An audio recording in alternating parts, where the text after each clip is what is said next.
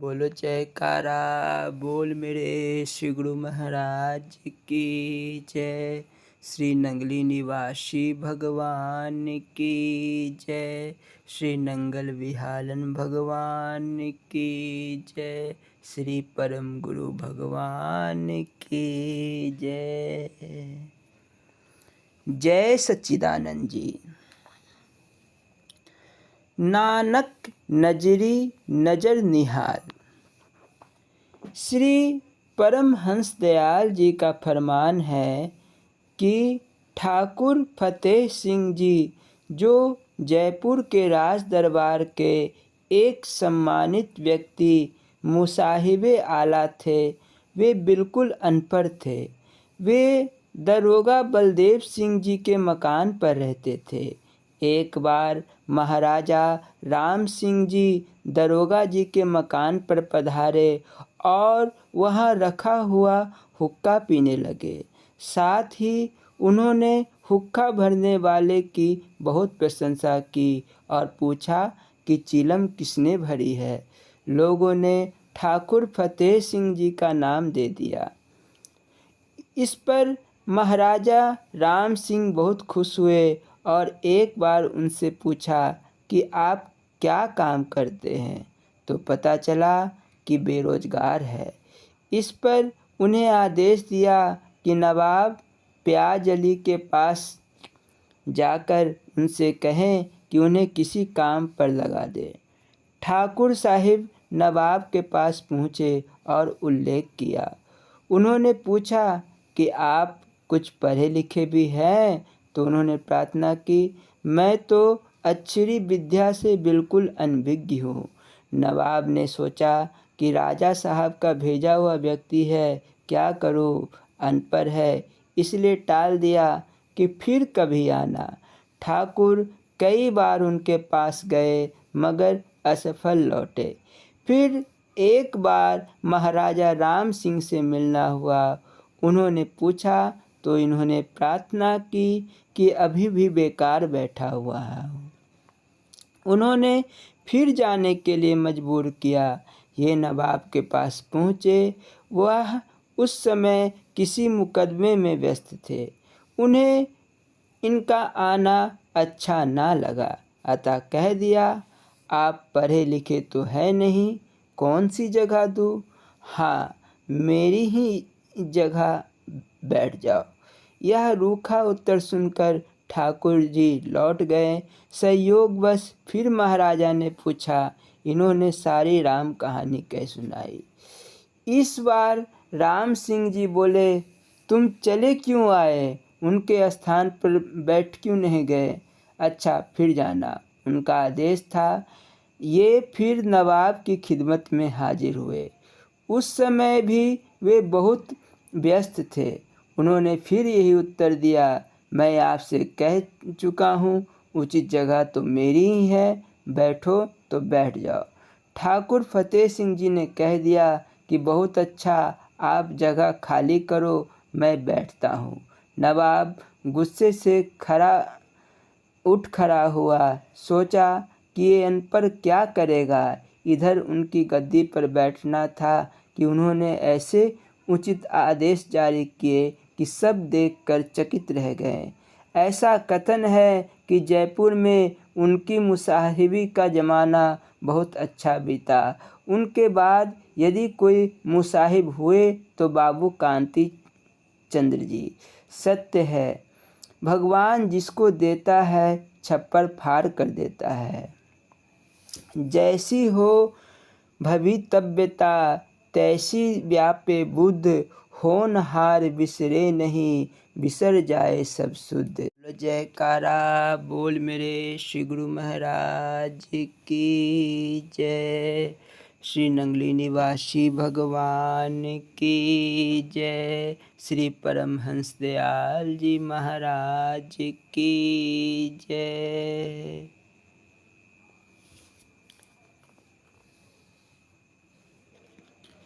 सभी प्रेमी भक्तजन एवं दरबार के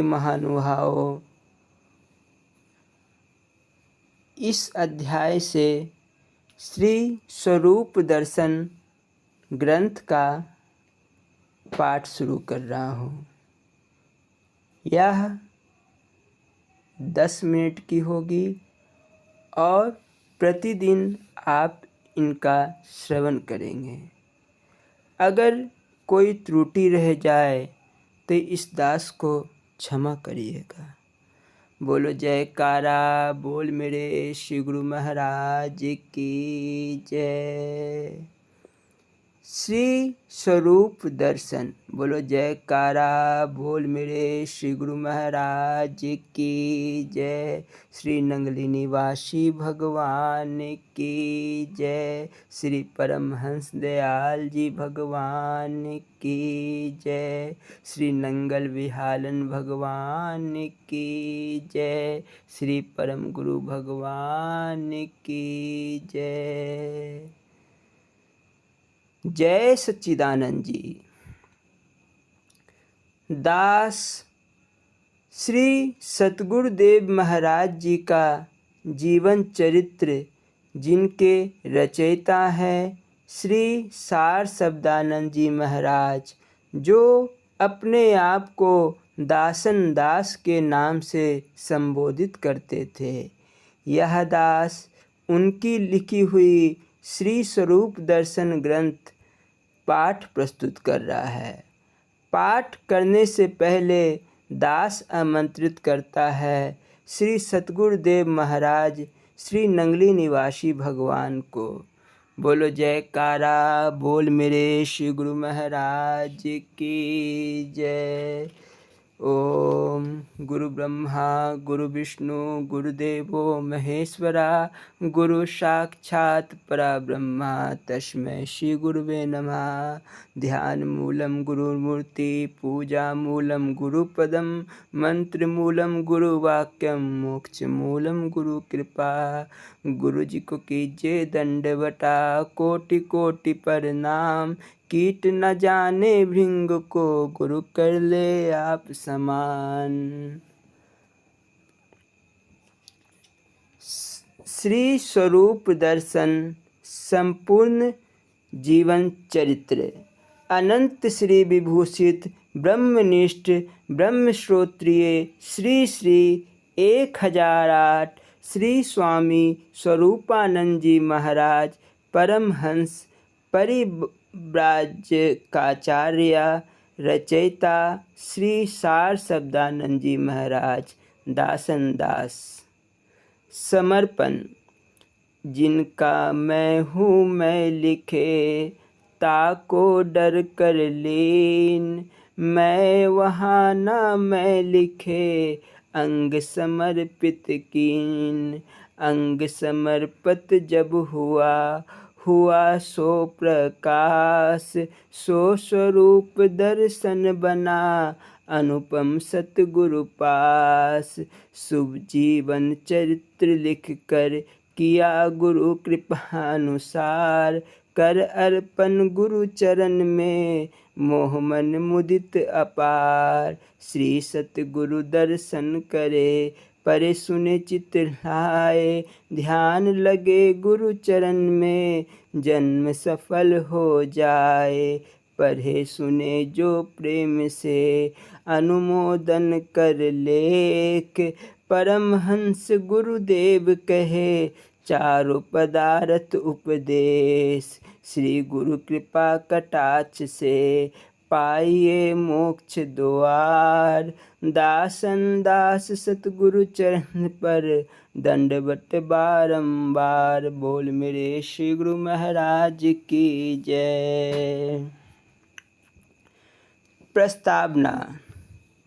सर्वगुण निधान शुद्ध सच्चिदानंद पूर्ण ब्रह्म सर्वशक्तिमान कृपा सागर संत शिरोमणि परम श्रद्धेय प्रातः स्मरणीय ब्रह्मनिष्ठ ब्रह्मश्रोत्रिय सतगुरुदेव भगवान श्री 1008 श्री स्वामी स्वरूपानंद जी महाराज के पावन आदर्शमय जीवन चरित्र, उनकी पवित्र लीलाएं और अमृतपूर्ण उपदेशों के संबंध में इस ग्रंथ के रूप में अपनी श्रद्धांजलि अर्पित करते हुए दास अपना सौभाग्य और परम हर्ष प्रतीत कर रहा है।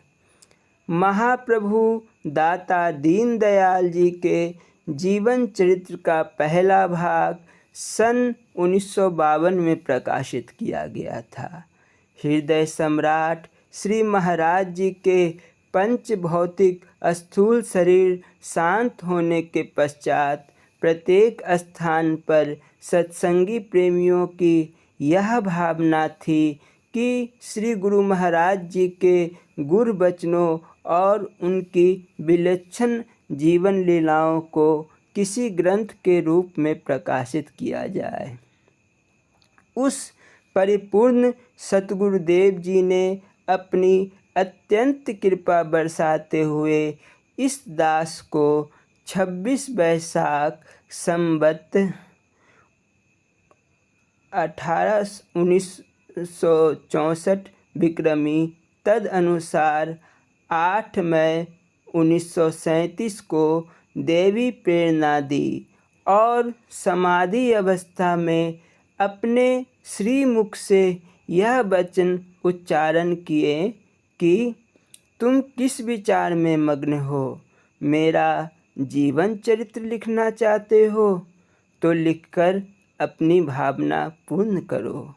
महाप्रभु की इसी आज्ञा और प्रेरणा के फलस्वरूप श्री इष्टदेव भगवान के थोड़े से चरित्र लिखकर श्री स्वरूप दर्शन प्रथम भाग के रूप में श्री सतगुरु दयाल जी के चरण कमलों में भेंट किए गए। दास को अनुभव हुआ कि प्राणाधार गुरुदेव के इस प्रेम और श्रद्धा की भेंट को स्वीकार कर लिया और यही कारण था कि गुरु दरबार के आदरणीय महात्माओं और श्री महाराज जी के चरण अनुरागी गुरु भक्तों तथा सत्संगियों ने मेरे टूटे फूटे शब्दों के प्रकाशित होने पर अपनी प्रसन्नता प्रकट की थी। मेरे पास शब्द नहीं कि उस प्रशंसा तथा प्रसन्नता के लिए धन्यवाद दे सकूं। इधर श्री स्वरूप दर्शन के प्रथम भाग की सभी प्रतियां बिक गई और उधर दूसरे भाग को शीघ्र प्रकाशित करने की मांग की जा रही। दास को बार बार प्रोत्साहित किया जाता था कि श्री स्वरूप दर्शन का पहला भाग फिर छपवाया जाए और दूसरा भाग भी शीघ्र प्रकाशित किया जाए। दास तो यही कहेगा कि यह उसी प्रेरणा और उत्साह ही का फल है कि हृदय सम्राट श्री सतगुरुदेव जी के जीवन चरित्र को इतने बड़े आकार और विस्तार में भेंट करने का साहस हो पाया है। श्री नंगली निवासी भगवान की जय। श्री सतगुरुदेव भगवान सर्वकला संपन्न दिव्य ज्योतिमय प्रकाश में जिनके अगम अकथनीय भेद को उनके जीवन काल में भी लोग नहीं समझ पाए थे, भावना, श्रद्धा और निष्ठा के चक्षु से जो रूप जिसको दिखाई दिया वह उसी पर मोहित हो गया। वह दिलों पर जादू करने वाले, बहुरूप रखने वाले महाप्रभु थे। कभी किसी को सौम्य गहन और गंभीर बनकर त्याग और वैराग्य का उपदेश देते तो कभी श्याम वर्ण कृष्ण रूप धरकर अपनी दिव्य झलक दिखाकर प्रेमियों के दिल को छीन लेते थे। कभी कर्म योगी बनकर गीता का उपदेश देते तो नीलकंठ शिव शंकर के समान भक्तों पर करुणा और दया की दृष्टि डालकर उनको बेसुध सा बना देते थे। कभी महान योगेश्वर बनकर सुरती शब्द सहज योग सिखाते थे तो कभी शक्तिशाली विश्वत्स पिता के समान वात्सल्य और प्रेम का प्रदान करते, कभी मात्र प्रेम से परिपूर्ण होकर भक्तों को बालक के समान निहारते, तो कभी शांत महासागर के समान शांति देव बनकर मौन उपदेश देते, कभी निज अनुभव का निचोड़ और ज्ञान सुनाकर भक्ति मार्ग पर आरूढ़ करते, तो कभी सूफी फकीर और दरवेश बनकर सब वस्त्र उतार कर केवल एक धोती ओढ़े निर्जन वन में अकेले जा बैठते, कभी हजारों की संख्या में उपस्थित संगत में सुंदर और बहुमूल्य वस्त्र पहनकर दिलों पर शासन करते, तो कभी गौरांग महाप्रभु के समान संकीर्तन कराते, कभी भगवान बुद्ध के समान नम्रता और सरलता के देवता बनकर सोई हुई आत्माओं को जगाते, तो कभी जगत गुरु आदि शंकराचार्य के समान स्पर्श मात्र से ही जिज्ञासुओं की कुंडलिनी महाशक्ति की तंद्रा खोलकर क्षण में उन्हें योगी राज बना देते, कभी श्री गुरु नानक देव जी के समान भगवत नाम की महिमा गाते, तो कभी सर्वस्व त्याग कर शरणागति का उपदेश देते। योग वशिष्ठ का कथन है, दर्शनाथ स्पर्शनाथ शब्दा कृपया शिष्य देवा ते जनाहित्या समावेशम समावमः सही देश का। अर्थात गुरुदेव सच्चा गुरु वही है जो दृष्टि, दर्शन, स्पर्श, संकल्प, शब्द तथा भाव से शिष्य पर कृपा करते हुए यह ज्ञात करा दे कि वह ईश्वर का ही अंश है और उसी अनंत सिंधु का बिंदु है। श्री सतगुरुदेव भगवान सच्चे भक्तों में दर्शन सिद्धि, शब्द सिद्धि और स्पर्श सिद्धि के स्वामी थे।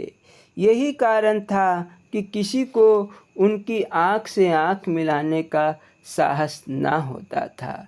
लोगों का कथन था कि महाप्रभु से आँख मिलाते ही जीवन में आध्यात्मिक क्रांति आ जाती थी, जिसके कारण मनुष्य इस संसार के काम का नहीं रहता था।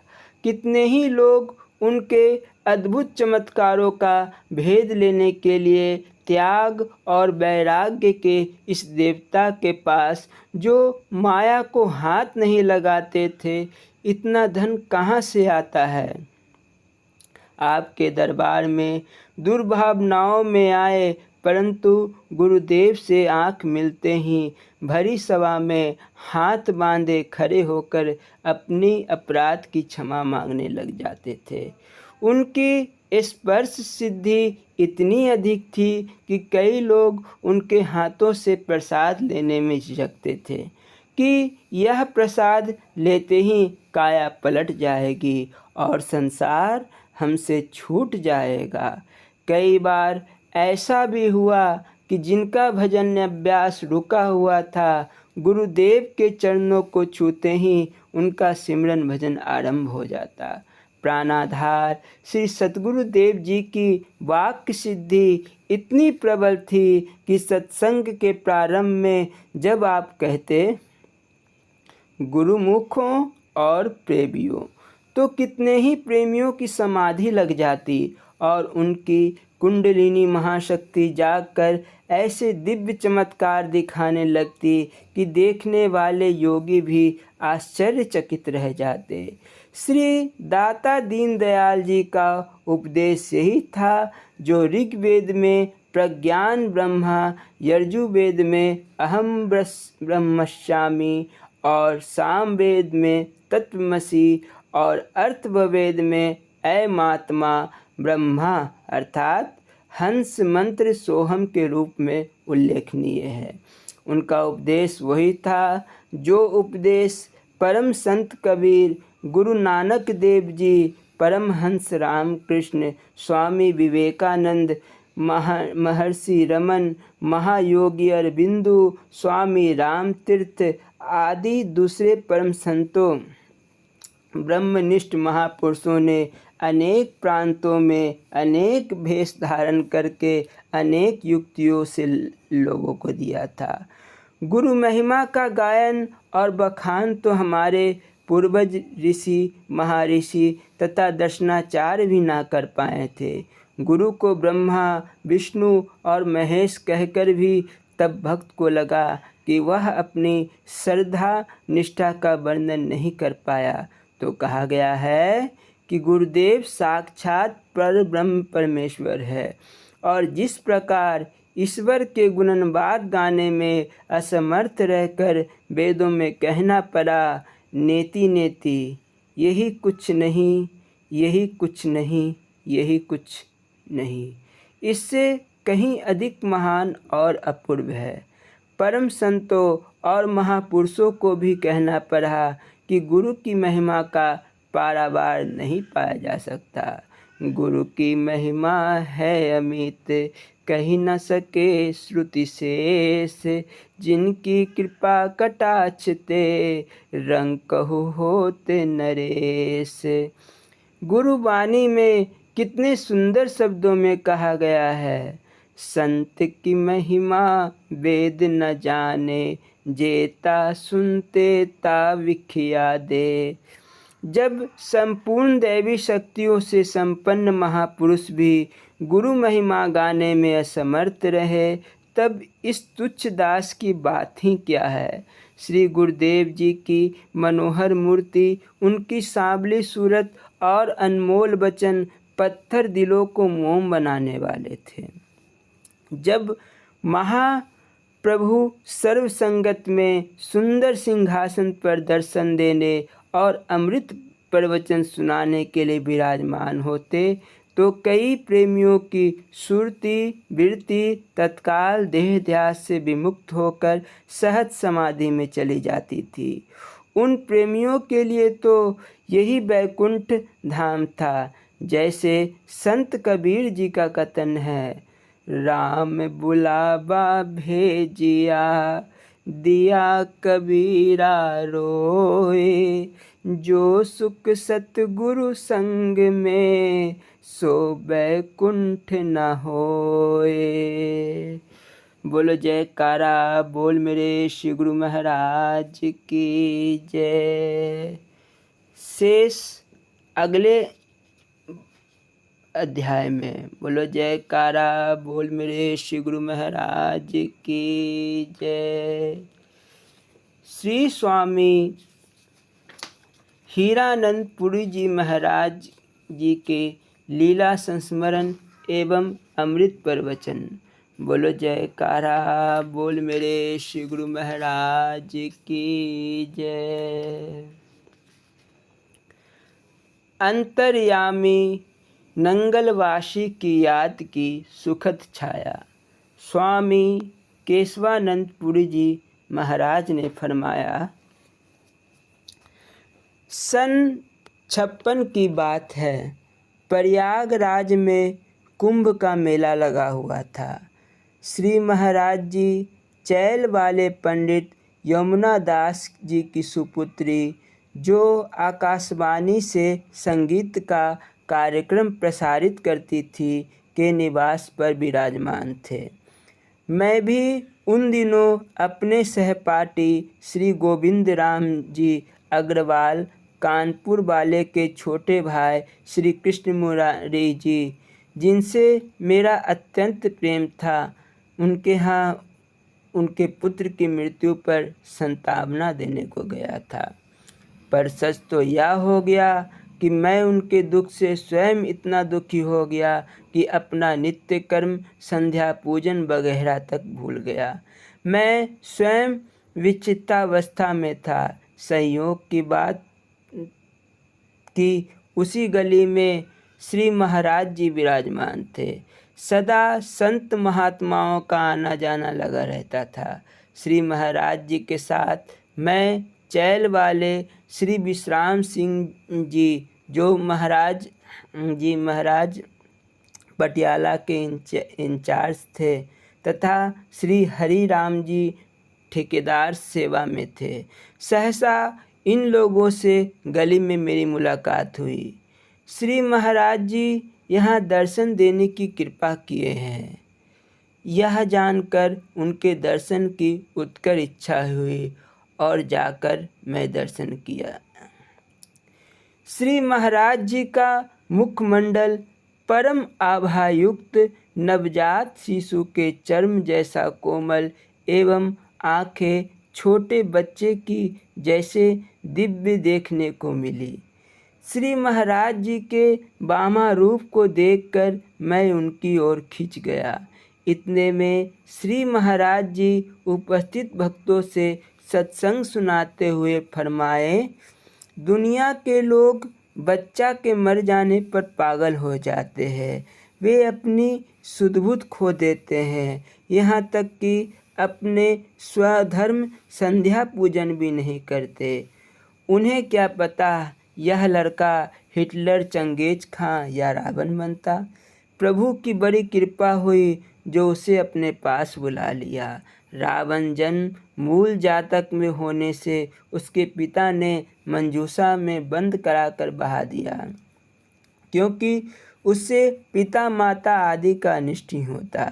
इसलिए परमात्मा कुछ ऐसे विभूतियों को जिसके द्वारा आगे चलकर समाज का अमंगल होने को होता है, उसे अपने पास बुला लेते हैं। प्रभु के इस मंगलमय विधान को ना जानकर जीव नाहक ही मोहबस होकर अपने स्वधर्म का परित्याग कर अपना नुकसान करते हैं। श्री महाराज जी के मुखारविंद से यह वचन सुनकर मेरा सारा मोह शोक दूर हो गया। मैं श्री महाराज जी को दंडवत प्रणाम करके संगम गया, स्नान किया, फिर विधिवत संध्या पूजन भी किया। अपने मित्र के घर आकर संतावना दिया और पुनः वाराणसी वापस आ गया। परंतु महाराज श्री की दिव्य मूर्ति और वे वैराग्य पूर्वक वचन सदा मन मानस पर उभरते रहे। इतने वर्षों के अंतराल के पश्चात सन 1962 में पुनः कुंभ के मेले में श्री महाराज जी का दर्शन लाभ प्राप्त हुआ। ऐसा संयोग हुआ कि मेला में रोगियों की सेवा करने की ड्यूटी मुझे मिली। उस सेवा समिति में वैद्य श्री राम जी दास हरियाणा से, वैद्य श्री धर्मदास दत्त शास्त्री जी बरेली वाले, आचार्य गजानन जी एटा वाले थे। हम सभी हर को की पौड़ी या साथ ही स्नान करने के लिए गए। भगवान की कृपा से दिल्ली पुलिस के वरीय इंस्पेक्टर श्री बीरबल बख्शी एवं उनकी पत्नी चैल के तुलसी जी भी मिले। मुझे देखकर वे जय सच्चिदानंद कहकर चरण स्पर्श किए। पता नहीं वे कैसे यह समझ गए कि ये भी अपने ही गुरु दरबार के महात्मा हैं। सच्चाई तो यह थी कि मैं भी समझ नहीं पा रहा था कि ये क्या कर और कह रहे हैं। तब उन्होंने आगे बढ़कर कहा, श्री महाराज जी भी विराजमान हैं, क्या दर्शन नहीं करोगे? इस पर तो मैं असमंजस में पड़ गया। कौन महाराज जी? क्या परम प्रभु का शुभागमन हुआ है? इतना सोचते ही मेरे मन मानस में परम प्रभु का वह मनोहर मृदुल मूर्ति परिलक्षित होने लगा। महाराज श्री की वे आज्ञाएं जो परमपुरी के लिए फर्नीचर बनवाकर भिजवाने को थी, वे सभी स्मरण होने लगे। इतने में इंस्पेक्टर साहब ने कहा, चलिए दर्शन कर ले। मैं उनके साथ गंगा पार रोड़िया पहुंचा। महाराज श्री को जिस कमरे में निवास था, उसके द्वार पर सुंदर सजावट के धार्मिक अभिलेख लिखे हुए थे। मैं दरवाज़ा पार कर जब अंदर गया, श्री महाराज जी को दंडवत प्रणाम किया तो श्री महाराज जी ने अपने श्रीमुख से फरमाया, तुम किस महाराज जी को प्रणाम करते हो? श्री महाराज जी को मैंने पहचान लिया, यही 56 में मिले थे। अपने मन की बात मन में ही छुपाकर हाथ जोड़कर निवेदन किया, श्री महाराज जी मेरे आँखों के सामने है, उन्हीं को दंडवत प्रणाम है। तब श्री महाराज जी ने हंसते हुए कहा, जिनकी याद तुम्हारे मन मंदिर में आती है उनको भी दंडवत प्रणाम कर लो। श्री महाराज जी ने पहली भेंट में मेरे मन की बात को प्रकट की और इस बार भी प्रकट की। मैं हृदय से उनके चमत्कार प्रभाव से प्रभावित हुआ। आज भी मेरे मन मानस में श्री महाराज जी का वह कोमल स्वभाव, मंद मुस्कान, गुलाबी चेहरा भूलता नहीं। मैं नित्य दर्शनों को जाता और लगभग 20-25 दिनों को दर्शन का लाभ लेता रहा। उस अंतर्यामी घटघट वासी प्रभु की जय हो, जय हो। बोलो जयकारा बोल मेरे श्री गुरु महाराज की जय। श्री स्वामी हीरानंद पुरी जी महाराज जी के अमृत प्रवचन। बोलो जयकारा बोल मेरे श्री गुरु महाराज की जय। श्री स्वामी हीरानंद पुरी जी महाराज मंच पर विराजमान है और हरिओम की ध्वनि लगती है। ओम सच्चिदानंदाय नमः। बोलना प्रेमियों, हरिओम हरिओम हरिओम। परा विद्या अधिकारी यदा चर्मवदाकाशं वेष्टयप्यन्ति मानवाः तदा देव मा विज्ञाया दुःखास्यान्तो भविष्यति। जब मनुष्यगण आकाश को चमड़े की भांति लपेट सकेंगे, तब उस परम देव परमात्मा को बिना जाने भी दुख समुदाय का अंत हो सकेगा। यह उपदेश श्वेताश्वर ऋषि का था। यह श्वेताश्वर नामक ऋषि तप के प्रभाव से और परम गुरुदेव परमेश्वर की कृपा से ब्रह्म को जान सका तथा उसने ऋषि समुदाय से सेवित परम पवित्र अर्थात इस ब्रह्मा तत्व के आश्रम के अभिमान से अतीत अधिकारियों को उत्तम रूप से उपदेश किया था। यह परम रहस्य परमेश्वर के ज्योतिमय स्वरूप का परोक्ष ज्ञान पूर्व काल में भी वेद के अंतिम भाग उपनिषदों में भली भांति वर्णित हुआ था। भाव यह है कि इस ब्रह्म ज्ञान अध्यात्म विद्या की परंपरा कालांतर से चली आती है। यह कोई नवीन बात नहीं है। यह विद्या गुरु परंपरा है। गुरु के हृदय से शिष्य के हृदय में प्रवृत्त होती है। इसीलिए उपनिषद कहता है कि इस अध्यात्म विद्या का उपदेश किसे दिया जाए और किसे न दिया जाए, ऐसी जिज्ञासा होने पर कहते हैं कि जिसका अंतःकरण विषय वासना से शून्य होकर सर्वथा शांत ना हो गया हो, ऐसे मनुष्य को इस रहस्य का उपदेश नहीं देना चाहिए तथा जो अपना पुत्र ना हो अथवा शिष्य ना हो, उसे भी नहीं देना चाहिए। तात्पर्य यह है कि जो सर्वथा शांत चित्त हो, ऐसे अधिकारी को देना चाहिए अथवा जो अपना पुत्र या अधिकारी शिष्य हो, उसे देना चाहिए, क्योंकि पुत्र और शिष्य को अधिकारी बनाना पिता और गुरु का काम है। वह पहले से ही अधिकारी हो, यह नियम नहीं है।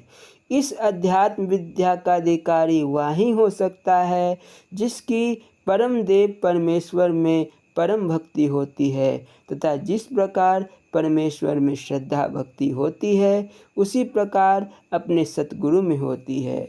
उस उत्तम अधिकारी महात्मा मनस्वी पुष्प के हृदय में यही बतलाए हुए रहस्यमय अर्थ प्रकाशित होते हैं, अर्थात परमेश्वर के प्रकाश रूप का भली इसी प्रकार प्रत्यक्ष होता है।